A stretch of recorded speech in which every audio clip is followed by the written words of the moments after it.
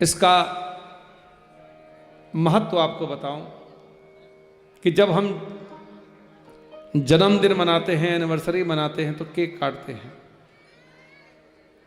और उसके ऊपर मोमबत्ती एक और रखते हैं और मोमबत्ती को जला करके रखते हैं और फिर जिसका जन्मदिन होता है उससे कहते हैं कि फूंक मार के बुझा दो। क्या मैं आपसे प्रश्न पूछना था, क्या भारतीय संस्कृति में कभी दिए को बुझाया जाता है? हमारी पुरानी फिल्मों में एक दिखाया जाता था कि जिस आदमी का होता था तो दीपक को बुझते हुए दिखाते थे। तो क्या दीपक बुझाना अच्छी बात है? और विदेश के अंदर घी तेल नहीं मिलते हैं, हमारे यहां देसी घी मिलता है, अच्छा सुंदर सरसों का तिल का तेल मिलता है। तो जितने वर्ष का आपका बालक हो, आपके एनिवर्सरी हो, उतने दीपक भगवान की कृपा से जलाओ। प्रभु आपकी कृपा से मेरे जीवन के इतने दीपक जले हैं, अगला साल का भी दीपक आपके चरणों में अर्पण करता हूं, इसका भी रक्षण आप करना, हम नहीं कर सकते, प्रभु आप करना। ऐसा अपने बच्चों के लिए आप सब करो और एक एक दीपक जलाते जाओ, हनुमान चालीसा गाते जाओ। और दूसरा, हम केक काटते हैं, सूखा केक जिसके अंदर कोई रस नहीं होता है। हमारे यहाँ हर मिठाई रस वाली मिलती है, वहां पर कोई मिठाई रस की नहीं मिलती। मिठाई के नाम पर खाली चॉकलेट है या केक है और दोनों बासी होता है, दोनों में फंगस लगी होती है, क्योंकि दूध की कोई भी चीज यदि 2 दिन से ज्यादा रखी जाए तो उसमें फंगस लगती ही लगती है। और केक भी वो करके परफंटेशन करके उठाया जाता है तब केक बनता है। और हमारे यहाँ मिठाई गाय के दूध की और अनेकानेक तरीके से रस से भरी हुई मिठाई बनती है। और हमारे यहाँ जन्मदिन पर लड्डू बनाए जाते हैं, छोटी छोटी जो बूंदी होती है, जो अलग अलग होती है, उसको बांध करके एक किया जाता है और भगवान के चरणों में अर्पण किया जाता है, ताकि प्रभु आपकी कृपा से हमारा परिवार इसी तरह बंधा रहे। और हम सब तो बंधे हुए केक को काट के अलग कर देते हैं, और जब से ये केक काटने शुरू किए हैं तब से हमारे परिवार भी कटने शुरू हो गए। आज कोई साथ रहने को तैयार नहीं है। पहले 2-2 कमरों के मकान होते थे और 15-15 लोग घर में सोते थे। आज 8-8 कमरों के मकान है, रहने वाला ही कोई नहीं है। कैसी दशा हो गई है हम सबकी। इसलिए मैंने कहा कर्म का बड़ा फर्क पड़ता है। पानी और वाणी, पानी हमारा वाणी बनाता है और अन्न मन बनाता है, और हम जो कर्म करते हैं उससे हमारा परिवार की सब समृद्धि चलती है। हम हाय हाय करेंगे तो जिंदगी भर हाय हाय ही करते रहेंगे। हम केक काटते रहेंगे, हमारे परिवार भी कटते ही रहेंगे। हम मोमबत्ती बुझाते रहेंगे तो हमारे जीवन में, हमारे घर में कभी शुभ हो ही नहीं सकता।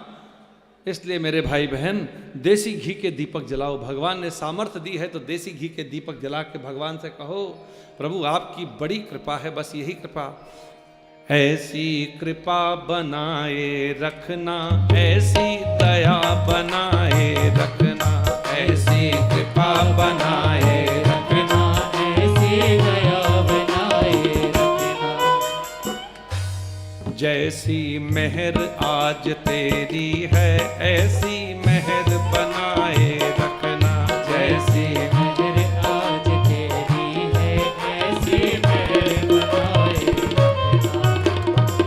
ना जानू मैं पूजा वंदन, ना जानू व्यवहार, प्रभु जी ना जानू मैं पूजा वंदन, ना जानू व्यवहार। मैं तो बस इतना ही जानू, मैं तो बस इतना ही जानू कि तू मेरा आधार, ऐसी कृपा बनाए रखना, ऐसी दया बनाए रखना, ऐसी कृपा बनाए रखना, ऐसी दया बनाए रखना। इसलिए आप सबसे प्रार्थना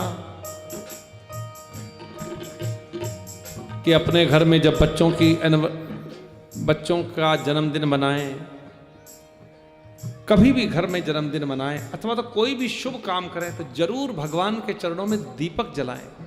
दिवाली मनाओ, पूरे घर में दीपक लगा दो। परमात्मा तुम्हारी बड़ी कृपा है। बुझाते क्यों हो? अंधेरा करना अच्छा लगता है क्या?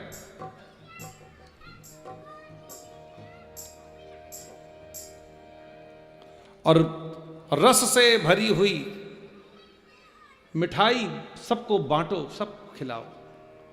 रस से भरा यानी प्रेम से भरा हुआ वस्तु, सूखा वाला नहीं, प्रेम से भरा हुआ।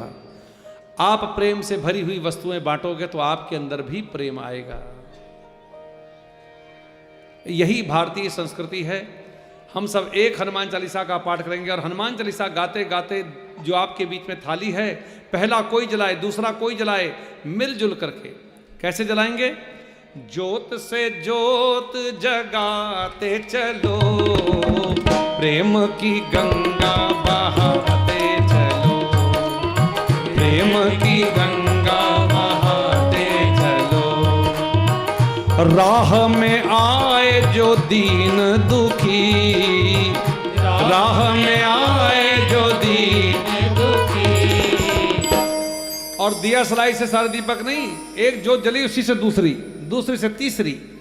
ज्योत से ज्योत जगाते चलो, प्रेम की गंगा बहाते चलो। राह में आए जो दीन दुखी, सबको गले से लगाते चलो। सीताराम सीताराम गाते चलो, राधे श्याम राधे श्याम